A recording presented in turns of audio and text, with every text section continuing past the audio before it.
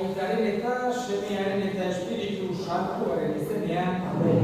Jauna zuekin. Senideok aitor ditzagun umiltasunez. Gure pekatuak, misterio santuak behar bezala ospatu behar izateko. Erruki jauna. Kristo erruki. Erruki jauna. Erruki dakigula jainko guztiz altsua, eta gure pekatuak barkaturik eraman gaitzala betiko bizitzara. Egin bezagun otoiz.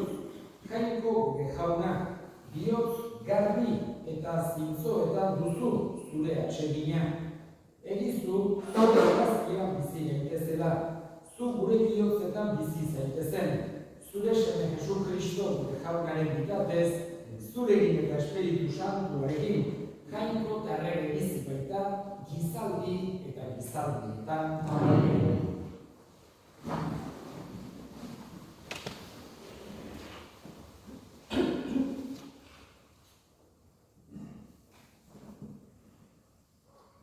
Genesis 3.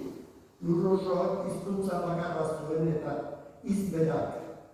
Sortaldetik atera zetozela ibar aurkitu zituen gizonen zenarko lurraldean eta hantxe gelditu ziren.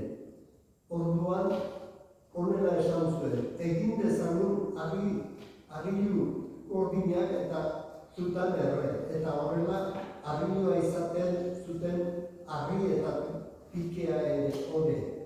Gero esan zuten, egin dezagun herri bat eta dorre bat zerurainokoa. Izan aurki egin gaitezen eta munduan zehar ez sakalametzeko. Jaitsi zen jauna gizonak egiten ari ziren herriak eta dorrea ikustera eta horrela mintzatu zen. Horra guztiak herri bat dira. Hizkuntza bakarra dute, eta hori guztiak herri bat dira. Hasiera besterik ez da. Orain ez dute izango nahi guztia egin ezinik. Jaitsi dadin beraz eta nas dezagetan horien hizkuntza, inor gulero ez dezaten bere lagunarena. Lur guztian zehar sakaban utzu zituen jaunak eta utzi uzuten herri egitea. Horregatik Babel ezarri zioten izen eta nahastu baizue jaunak mundu guztiaren hizkuntza. Eta sakabanatu zituen mundu guztian zehar. Jaunak esana. Kanta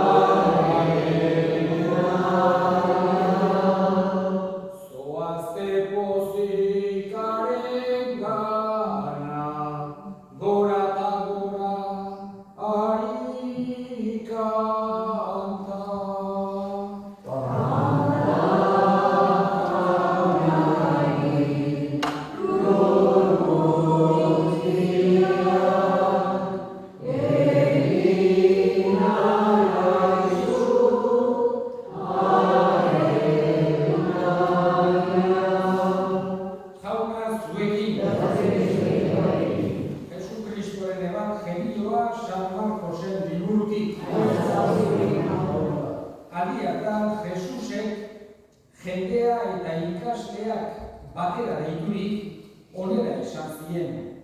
Nerekin etorri nahi duenak uko egin bezaio bere buruari, har beza bere burutzea eta jarrai bezaio. Izan ere, bizia salbatu nahi duenak galdu egingo du, baina bere bizia nigatik eta berri honagatik galtzen duenak salbatu egingo du. Zeruetako zertarako du gizakiak mundu guztia irabaztea bere bizia hondatzen badu. Eta zer eman dezake gizakiak bere bizia berriro eskuratzeko. Norbait nitaz eta nire itzaz lotsatzen bada gizaldi loi eta pekatari honen aurrean, gizonaren semea ere lotsatu egingo da hartaz, bere aitaren aintzatan aingeru santuekin etorriko denean, eta honela esaten zien, egia diozuet, hemen dauden netako batzuk ez dira hilko, jainkoikoaren arrainua indarrean etortzen ikusi arte. Jaunak esana.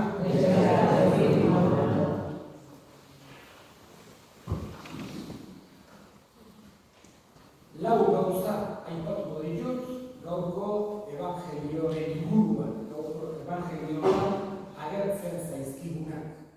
Beti jainkoaren hitzak gauza asko esaten dizkigu eta bakoitzak sinistunak bere barnean hartu behar du hausnartzeko jainkoaren hitzak. Eta jainkoaren hitz horrek guri argitasuna, jakinduria, indarra, itxaropena ematen dizkigu gure bihotzean. Nola ere janaritu egiten gaitu, edikatu egiten gaitu jainkoaren hitzak. Horregatik esaten da, Eukaristian baditugula bi mahai, bi otordu mota bezala bat, hitzaren maila, jainkoaren hitza entzuterena, eta bestea mahai eukaristikoa hartzen, eta bik edikatzen eta indarra ematen dute. Y sobre este evangelio quería citar 4 ideas. La primera, esa llamada que nos hace Jesús a seguirle. Siempre tenemos que escuchar la palabra de Dios como dirigida a cada uno de nosotros. Nos llama a seguirle y pone una metáfora, un ejemplo. El que quiera seguirme, que tome su cruz y me siga. Es decir, Jesús nos llama a seguirle diciendo, el que quiera seguirme va a vivir muy bien, va a ser rico, va a ser poderoso, va a ser importante. No, pone la metáfora que coge su cruz y me siga. Con esto Jesús nos quiere hacer entender que el seguimiento a Él no va a ser una cosa necesariamente fácil. Sin duda es algo bueno, es algo que al ser humano le hace mucho bien, tanto individual como socialmente. El seguimiento a Jesús llega a lo profundo del corazón, pero no siempre es fácil. Y por eso pone esa comparación que puede ser como una cruz que hay que coger encima, no con nuestras propias fuerzas, sino con la ayuda de Dios. La segunda idea que quería comentar de este evangelio es esta frase que precisamente cuando San Ignacio de Loyola se le recordó a San Francisco Javier, cuando eran santos, digamos, cuando estaban en París estudiando, tuvo un efecto, vamos a decir, absolutamente transformador en nuestro San Francisco Javier. Posiblemente si no hubiese recordado San Ignacio de Loyola esta frase del Evangelio en aquel momento, hoy en día posiblemente no tendríamos San Francisco Javier. Habría sido Francisco Javier un abogado importante, un gobernador importante, que estaría justo alguna pequeña línea en un libro de historia de Navarra. Sin embargo, esta frase, digamos que Dios le habló de una forma directa que le entró hasta el corazón. ¿De qué le sirve al hombre ganar el mundo entero si pierde su vida, si pierde su alma? Tuvo un efecto tan grande que cambió absolutamente su vida y se convirtió en patrono de las misiones, uno de los grandes, de los más grandes misioneros que ha habido en toda la historia de la Iglesia. La tercera idea que quería un poco subrayar sobre este Evangelio es esta palabra de Jesús muy directa. Nos dice, si alguno se avergüenza de mí ante los demás, yo también me avergonzaré de él ante Dios, ante el Padre, delante de los ángeles, etc. Nos está animando a no tener vergüenza de ninguna manera del Evangelio. En otra ocasión aparece, San Pablo dice, no me avergüenzo del Evangelio. Precisamente era el lema episcopal de José María Septién, que fue muchos años obispo de San Sebastián. No me avergüenzo del Evangelio. Lo cual nos recuerda que digamos que en el mundo hay como modas. Hay momentos que el ser humano o la sociedad o distinto, se siente... Pero luego cambia completamente esa moda después de un par de décadas o 3 décadas y piensa totalmente distinto. Va el mundo como de un lado al otro. Sin embargo, el Evangelio, la cruz, se mantiene ahí. Y esto nos recuerda la importancia de buscar la verdad, esté de moda o no esté de moda. Esta verdad que nos trae el Evangelio y que hace bien al ser humano, es muy importante no avergonzarse del Evangelio, que nos recuerda aquí esta idea de Jesús, que luego lo expresa de esa manera San Pablo, no neurresca que lo llene. Y la última cosa, y con esto termino, es esta idea que aparece en varias ocasiones en la Escritura, en el Evangelio, que es lo que se llama la tensión escatológica. Nos dice Jesús, algunos de los que están aquí no morirán sin ver el reino de Dios en toda su fuerza, en toda su llegada, etc. Entonces, digamos que, evidentemente, todos aquellos que estaban en aquel momento, todos han fallecido y la mayoría de generaciones seguramente falleceremos sin haber visto la segunda venida o el reino de Cristo, etc. Pero no lo sabemos al 100%.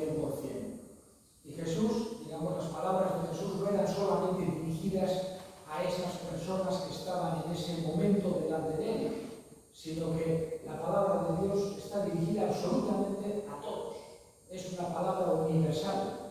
No tiene el tiempo como nosotros estamos limitados en un espacio de años, podemos vivir 80, 90, 100, 110 años, lo que sea, pero estamos limitados. La palabra de Dios es para todo tiempo y lugar. Por eso, esa tensión escatológica la tenemos que vivir, porque a nosotros nos va a llegar el fin de nuestra vida y lo sabemos, pero por otro lado también, porque podría ser que se terminase el mundo, que viniese la segunda venida o el reino de Dios estando en nosotros. Es esa espera. Vivimos esperando que va a volver Jesús, vivimos esperando que estamos en sus manos. Eskatzen diogu da, bere hitzak, argia ematen gura beti, gure bizitzarako, gure jendearako. Eta egin ditzago orain gure eskaria. Gogoan izango dugu, bereziki Francisco gure aita santua. Gaixorik dago, ospitalean, jatorikoak indarra eman dezaion, eskal ezaiogun jaunari.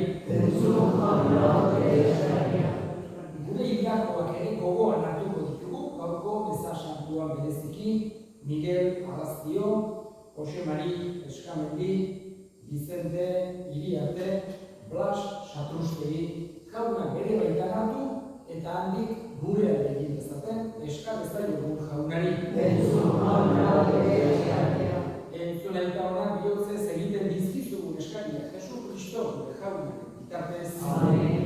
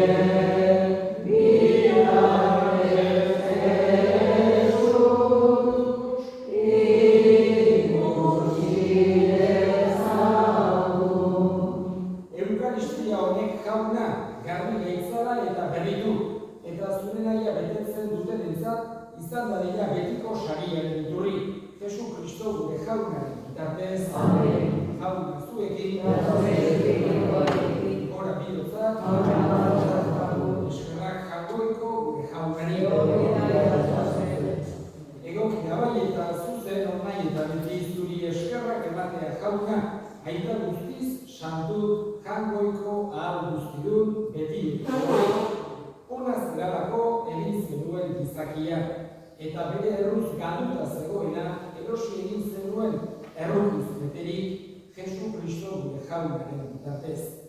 Beren bitartez, aigeruek zure haunditasunak goresten dute, espiritu doak zuek zure oske adoratzen, goiko goiko indarrek zuri auspez agur egiten, ostasun berak bailiu zerutar guztiak elkartzen. Onarrezazu jaunak, haien gorespenekin bat egin ditzakula guk ere gure kantu hotsak. Santu, Santu, Santua,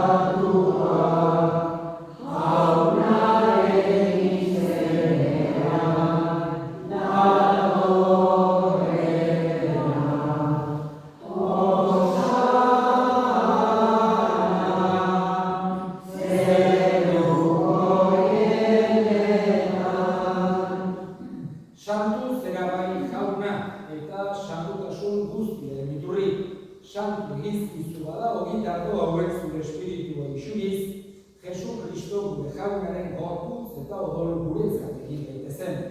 Berak, saldu zutenean eta bere gogoz gurutzera zikoala, ogiratu eta eskerrak emanez zatitu zuen eta bere ikaslei eman zien esanez.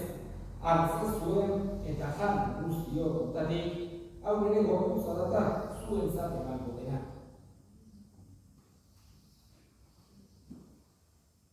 Afalondoa berdin karizaturik, berriz ere eskerrak emanez, bere ikasleei eman zien esanez.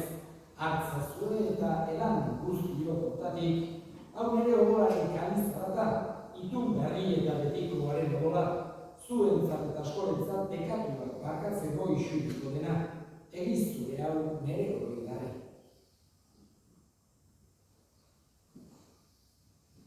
Hau da, sinismenaren misterioa.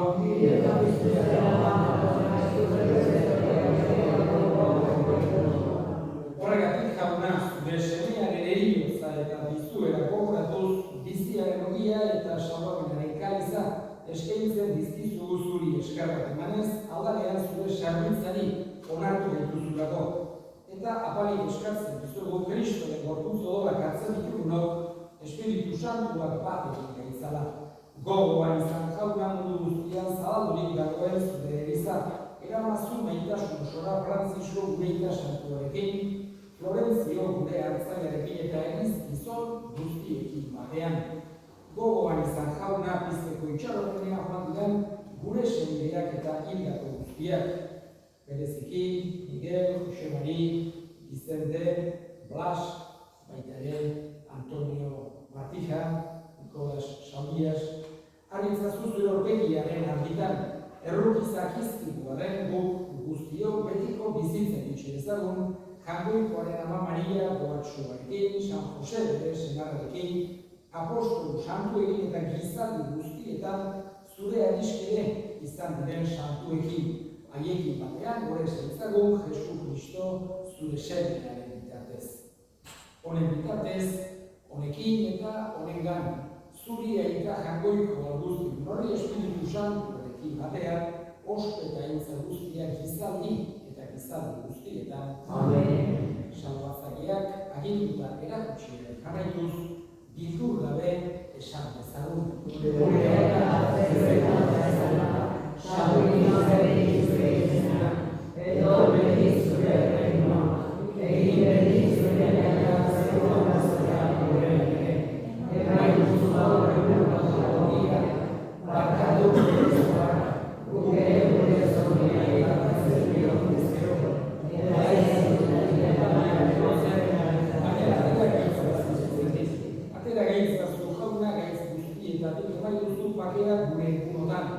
Zure errukiari esker, pekatutik garbi bizi daitezen eta estualdietan sendo, betiko zorionaren itxaropenean, Jesu Kristo gure salbatzailean noiz etorriko den zain gaudela. Jesu Kristo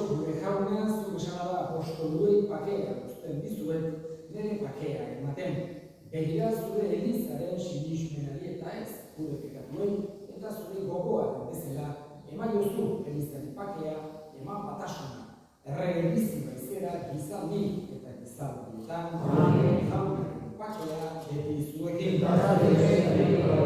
Emaiozu pakea.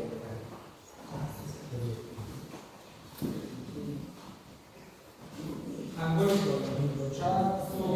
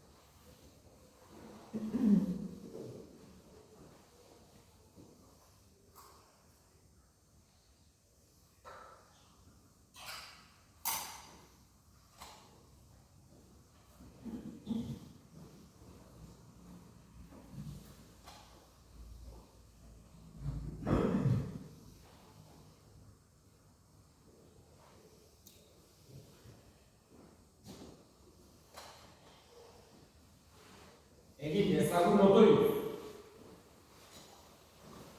Zeruko horia eman diguztu janari jauna, egizu egirazko biziaren iturriak, bila dizagula beti Jesu Kristo gure jaunaren bitartez, jauna zuekin,